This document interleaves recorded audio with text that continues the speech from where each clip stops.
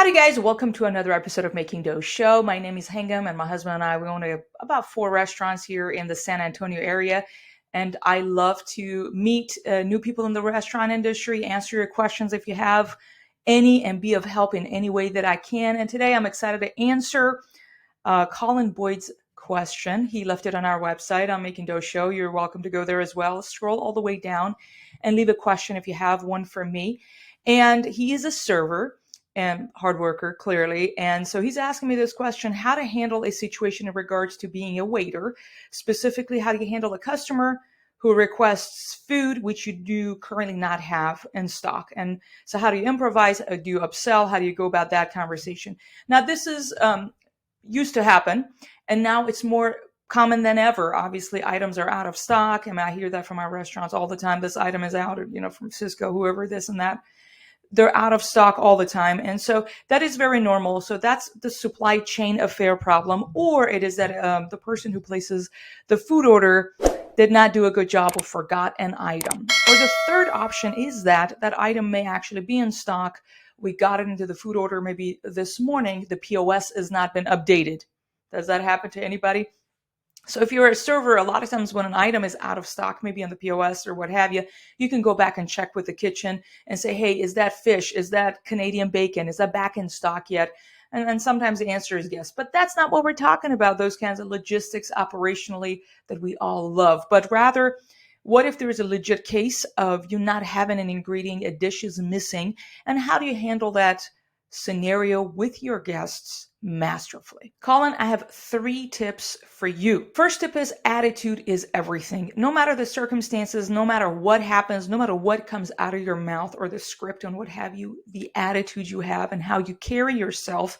If, for instance, you're apologizing for something, if you come across genuinely apologetic in a manner that which you carry yourself, again, it has to do a lot with your energy, with your attitude, and being cheerful and enthusiastic, being an excited person.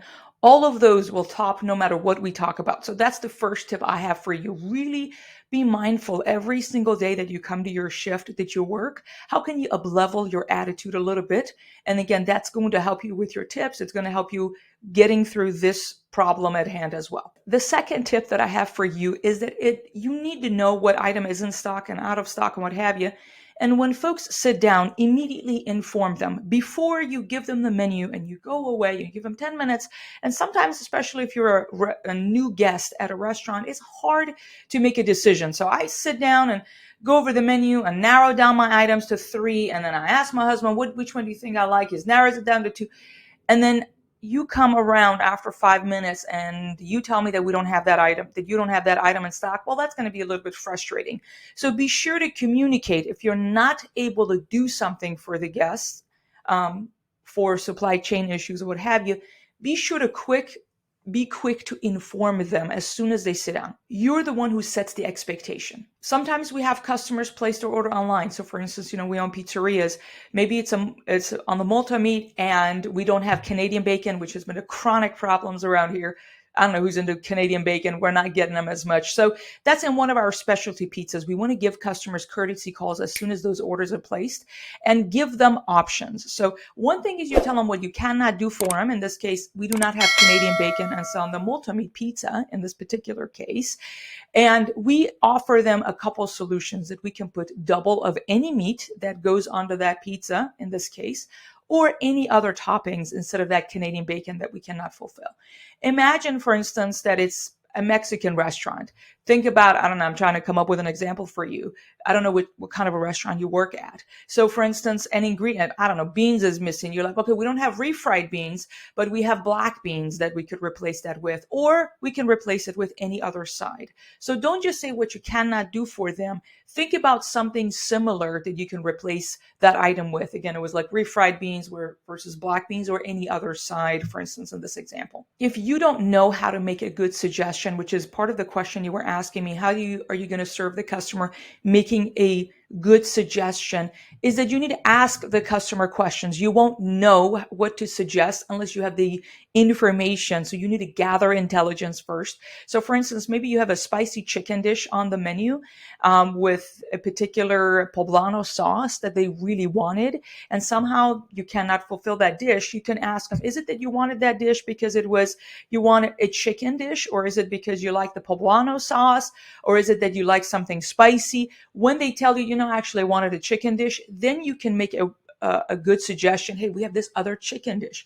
Is it that they really like the poblano sauce? Maybe you can find another dish that had similar sauce that you can suggest. So if you don't know what to suggest, it's because you don't have enough information to give a good suggestion. So gather intelligence and ask questions. Last but not least, as you always know, that is that you need to inform the management team objectively. Don't be subjective. Objectively, when you have any feedback from your customer. Customer was disappointed. Customer was frustrated. They told me exactly what the customer told you about the fact that you guys are always out of blah, blah, blah item every time I come in, which you understand is frustrating for a customer, that they were very excited to come in and try that particular dish.